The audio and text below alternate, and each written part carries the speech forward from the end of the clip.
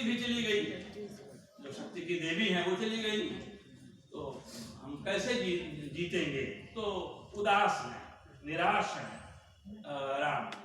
उसी वक्त उनको याद आती है सीता की। ऐसे क्षण अंधकार घन में जैसे विद्युत, जागी पृथ्वी तनया कुमारिका छवि अच्युत, है ना। ये रात है जिसमें चंद्रमा है ही नहीं, है अमानिशा उगलता गगन घन अंधकार। ये चंद्रमा की अनुपस्थिति वाली रात है। चंद्रमा है तो उम्मीद है, चंद्रमा नहीं है तो उम्मीद चली गई। यद्यपि मशाल के रूप में धधक रही है कुछ चीज। तो ये वहां पर है। मुझे लग रहा था कि उनको तो ऐसे क्षण में याद आई सीता की, तुलसीदास के राम को तो सीता की याद नहीं आई। लेकिन ऐसा नहीं है। जब नजदीक पहुंचते हैं, समुद्र पार कर लिया है, तो एक प्रसंग है कि राम लेटे हुए हैं, और लेटे हुए राम के मानस में है। और रामदास शर्मा ने लिखा है, रामदास शर्मा निराला के बड़े कहें कि विद्वान हैं, व्याख्याता हैं। तो उन्होंने लिखा है कि जहाँ जहाँ पर भी कोशिश की है निराला ने तुलसीदास से होड़ लेने की, वहाँ लड़खड़ा गए। हो सकता है उनका वो जाने, मैं तो उस पर कुछ कहूँगा नहीं। लेकिन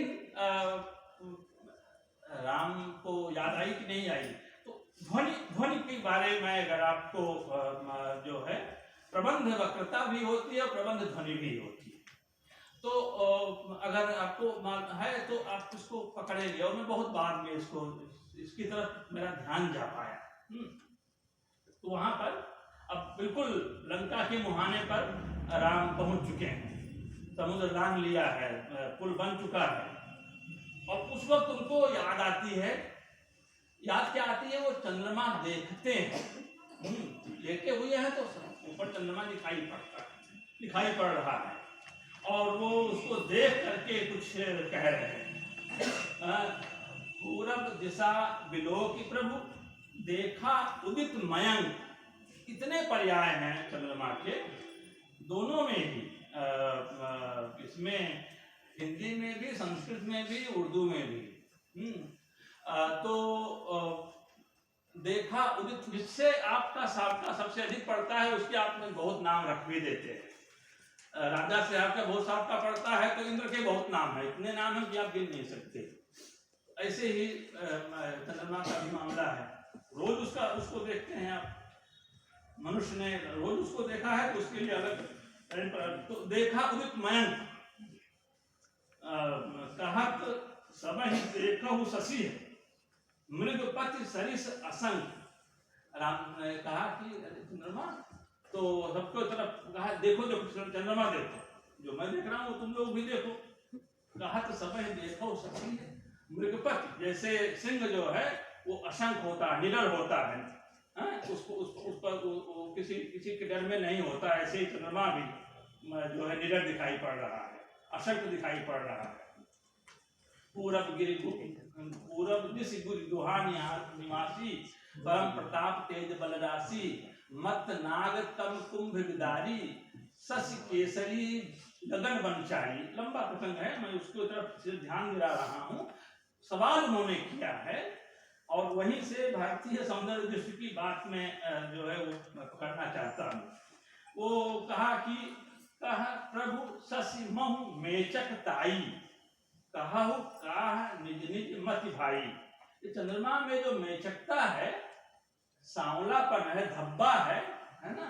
मेचक कुंचित केस, तो मेचक का मतलब पहले नहीं जानता था, कोष देखा तो मालूम हुआ कि जो सांवलापन होता है वो जो कृष्णपन है वही मेचकता है। जब आप बाल छिलवा देते हैं कुछ समय के बाद में, जब वो खूंटी निकलती है बालों की, तो काले होने दिखने लगते हैं। हमारे साथ तो नहीं है क्योंकि सफेद बाल हो गए हैं, उसके बाद काले इसके लिए मेचकता है। तो वो ये चंद्रमा में जो कालापन है, इसका कारण क्या है ये बताइए।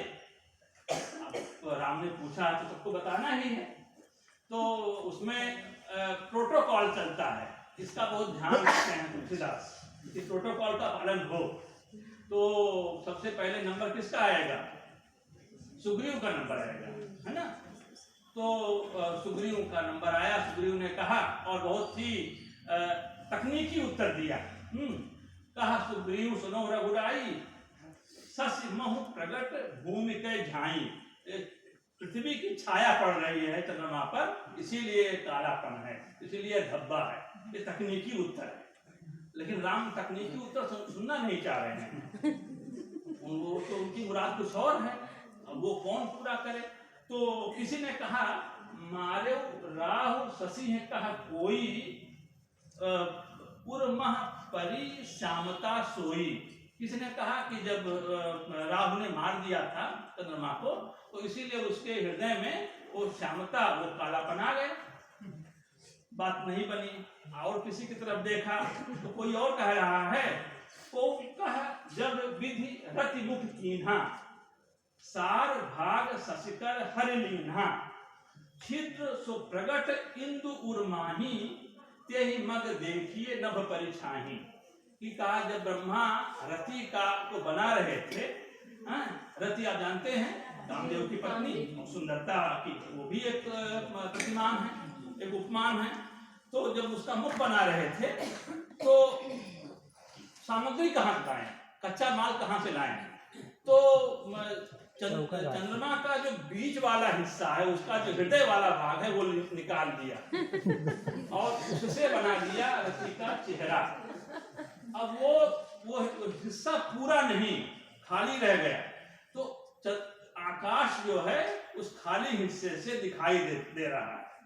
वो जो आकाश का नीलापन है, काले कालेपन के रूप में दिखाई पड़ रहा है, वही चंद्रमा का कालापन है।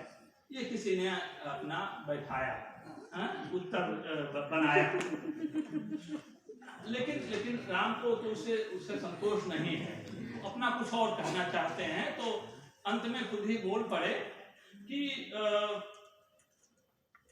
प्रभु का गरल बंधु सस केरा, अति प्रिय निज उर दीन बसेरा।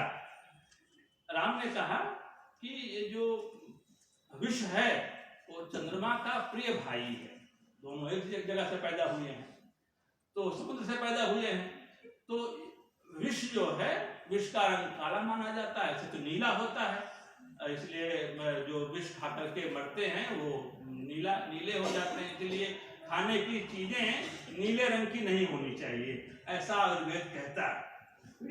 नीलेपन में वो है। नीलकंठ आप जानते ही हैं, विष रख लिया तो शिव का वो हिस्सा नीला हो गया। तो कहा कि प्रभु कहा गरल बंधु सस केरा, ये गरल जो है विष है, वो भाई है चंद्रमा का और बड़ा प्रिय भाई है। अति प्रिय निज उर दीन, बस उसने अपने हृदय में अपने भाई को रखा हुआ है। और विष संयुत कर निकर पसारी, जारत विरहवंत नर नारी।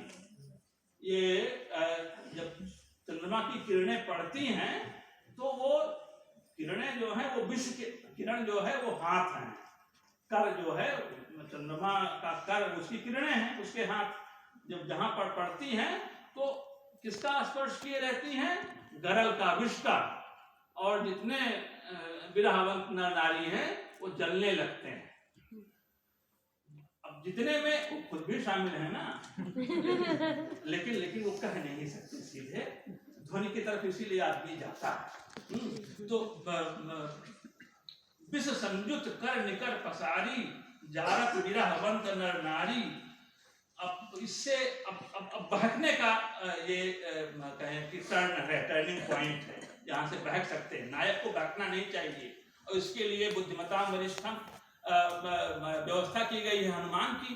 हनुमान ने कुछ नहीं कहा था, पकड़ लिया उन्हें, उसी जगह पर पकड़ लिया कि आगे कुछ कहेंगे तो फिर मामला बिगड़ सकता है, वो समझते हैं। तो जारत विरहवंत नारी के बाद में हनुमान ने लपका और कहा हनुमंत सुनो प्रभु, सस तुम्हार निज दास, तब मूर्ति विधु पुर बसती बसई, सोई श्यामता आभास। कि आपका चेहरा, तुम्हारा दास है चंद्रमा, आपका चेहरा उसके हृदय में बसा हुआ है। क्योंकि आप सांवले हैं, वही सांवलापन है। क्या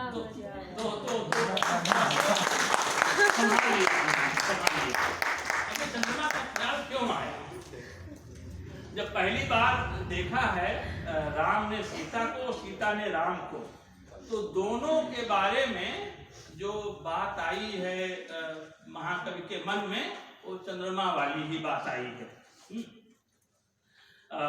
राम जो है के बारे में कहा, अस कही पुनि चितयेत ही ओरा। अपने छोटे भाई से बता रहे हैं कि ये बातें हैं कि यही है लड़की जो जिसका स्वयंवर होने वाला है, और पता नहीं कौन होगा जो उसको पाएगा, इसके विवाह होगा वगैरह वगैरह। तो अस कही पुनि चितयेत ही ओरा, सिय मुख शशि भय नयन चकोरा। सीता का मुख जो है चंद्रमा और राम की आंखें चकोर, उसके साथ ये आदि बिंब है उसमें। लेकिन आप देखें सीता के लिए भी वही है, और इस मामले में न्यूट्रल कर देते हैं। चंद्रमा ना तो पुरुष है ना तो स्त्री। सीता जब देखती हैं तो अधिक स्नेह देह भई भोरी, शरद शशि जनु चितव चकोरी। जैसे चकोरी जो है, चकोर चकोरी अलग अलग रहते हैं, और चंद्रमा को देख करके ही रात काटते हैं, क्योंकि दिन में उनको मिलना है, रात में मिल नहीं सकते। तो चंद्रमा उनका संबल है रात काटने का। तो शरद शशि है जन चितव चकोर, जैसे चकोरी शशि को देखती है, वैसे ही सीता देख रही है राम को। चंद्रमा दोनों के लिए है। और उसके बाद में फिर हृदय सराहस्य लोनाई, गुण समीप गौने दो। लेकिन जो पंक्ति मुझे बहुत लगती है आज के लिए बहुत महत्वपूर्ण, पूजा। अब राम के मन में खलबली मची हुई है, सीता को देख लिया है, परम प्रेम में मृदु मस्कीनी, चारु चित्त भीति लिख लीनी। दोनों एक दूसरे को मतलब अपने भीतर लिख लेते हैं। पता नहीं मिलना हो ना हो, कुछ मालूम तो है नहीं, क्योंकि सीता को लगता है कि धनुष तो इतना तगड़ा है, राम कैसे तोड़ पाएंगे। और ये पूरे वक्त में उनको लगता रहा है राम के महानायकत्व के बारे में सीता की कोई आस्था नहीं है, कम से कम यहाँ नहीं दिखती। आप पूरा जो धनुष भंग प्रसंग है देख जाइए। तो लेकिन जो बात मुझे लगती है वो उल्लेखनीय वो ये है, राम कहा सब कौशिक पाही, सरल स्वभाव छुअत छल नाही। जो उनका प्रेमानुभव है, जो पहली बार उनके भीतर खलबली मची हुई है और जो अपने को संयत नहीं कर पा रहे हैं, तो सारा अनुभव वो कौशिक से, विश्वामित्र से बताते हैं। स्वच्छ समाज की यही निशानी है। विज्ञान शाकुंतलम में शारद्वत या शारद्रव, दो लोग 3 लोग जाते हैं छोड़ने के लिए शकुंतला को, गौतमी, शारद्वत, शारद्रव। तो उसमें से कोई एक कहता है कि ये अनजाने से प्रेम नहीं करना चाहिए, दिल नहीं देना चाहिए उसको, अपने घर के लोगों से बता देना चाहिए। बता देते हैं तो संकट नहीं आता, संकट आता है तो उसके लिए लोग खड़े हो जाते हैं। तो ये प्रसंग है। प्रेम का अंकुरण हो रहा है और असंयत से हैं राम, असंयत से हैं तो किससे कहें। छोटे भाई तो जानते ही हैं, लेकिन छोटे भाई छोटे ही हैं, तो विश्वामित्र से बताते हैं।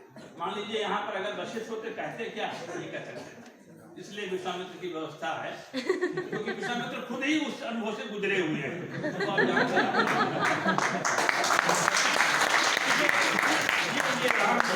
आप सब कुछ कह दिया, दिल खोल कर कह दिया, और उसके बाद में फिर उन्होंने जो भी अपने तरफ से आश्वस्त किया हो, इसमें उसका संकेत है, सुफल मनोरथ हो तुम्हारे। तो ये है, लेकिन कह दिया ये महत्वपूर्ण बात है। कह देना चाहिए, ऐसी आकांक्षा है तुलसीदास की। जो बात मैं आगे कहना चाह रहा हूं कि अब राम बदल गए हैं। इस मतलब प्रेमांकुरण के बाद में जो प्रेम का अंकुरण हुआ है, बेसिकली वो क्षोभ आ गया है दोनों के मन में। क्या कहें कि ये देख करके सीता के सौंदर्य को राम भी क्षुब्ध है और सीता खुद भी क्षुब्ध है। सीता की क्षोभ को बार बार रेखांकित करते हैं। नक्सिक देख राम के शोभा, सुमिर पिता पन मन अति क्षोभा। मन बहुत क्षुब्ध है सीता का अपने पिता का प्रण सुन करके। तो स्वयंवर जो शब्द है ना, ये बहुत ही छलावा भरा है। स्वयंवर का मतलब है कि अपने अनुसार आप अपने जीवन साथी का चुनाव करेंगे। ऐसा है क्या? भाई जो धनुष तोड़ेगा शराबी है, कबाबी है, पता नहीं क्या है, शादी करनी पड़ेगी। स्वयंवर कहाँ हुआ इसमें? जो मछली की आंख में तीर मार देगा उसको शादी करनी, स्वयंवर कहाँ हुआ है? स्वयंवर तो नहीं है फिलहाल, लेकिन नाम इस तरह से दिया जाता है जो आप में पढ़ते हैं। अब देखें जो बात है कि संध्या के लिए कहा, संध्या का समय हो गया है, काल संध्या होती है, उसमें सबसे महत्वपूर्ण तो सचमुच वाली संध्या है वही होती है। दिन डूब रहा है, संध्या के लिए जाना है, रोज गए।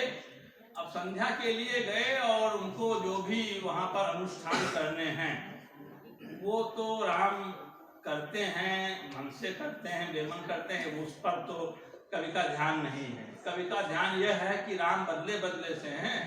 संध्या के बजाय वो चंद्रमा देखने लगते हैं और ये चंद्रमा पहली बार देखते हैं। प्रेम होने के बाद जब आप पहली बार चंद्रमा देखते हैं तो चंद्रमा नहीं देखते।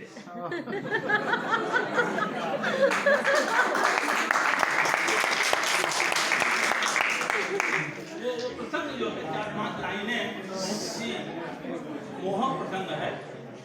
प्राची दिशि शशि उयौ सुहावा। प्राची माने पूरब। प्राची दिशि शशि उयौ सुहावा, सिय मुख सरिस देख सुख पावा। ये तो चंद्रमा नहीं है, ये तो सीता का मुख है और बड़ा अच्छा लगा। चंद्रमा को देख करके नहीं, सीता को देख कर बहुत अच्छा लगा। चांद का मुख कैसा है? तो जैसा मेरे महबूब का है वैसा यही उसका उत्तर है और इसको सभी लोगों ने अपने अपने ढंग से ये उत्तर दिया।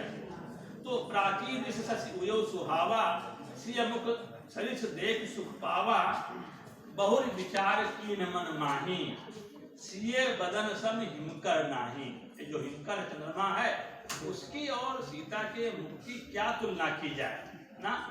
ये उपमान जो है वो छोटा पड़ गया है, उपमान मैले हो गए हैं। किसकी पंक्ति है? हाँ, लेकिन ये ऊंची बात है कि सिए बदन सम हिमकर नाही। और फिर वही बात जो वहां पर लंका कांड में आई है, जन्म सिंधु पुनि बंधु विषु, दिन मलिन सकलंक। अब उसके बाद में सीता की बराबरी कर दी, लेकिन फिर वो ग्लानि हुई। सीता का मुख कहाँ और कहाँ चंद्रमा, कहाँ बराबरी हो सकती है? तो कौन कौन सी दिक्कतें हैं चंद्रमा में? तो वो गिनाते हैं कि जन्म सिंधु पुनि बंधु विषु, दिन मलिन सकलंक, सिय मुख समता पाव किम, चंद बापुरो रंग। कि पैदा कहाँ से हुआ चंद्रमा?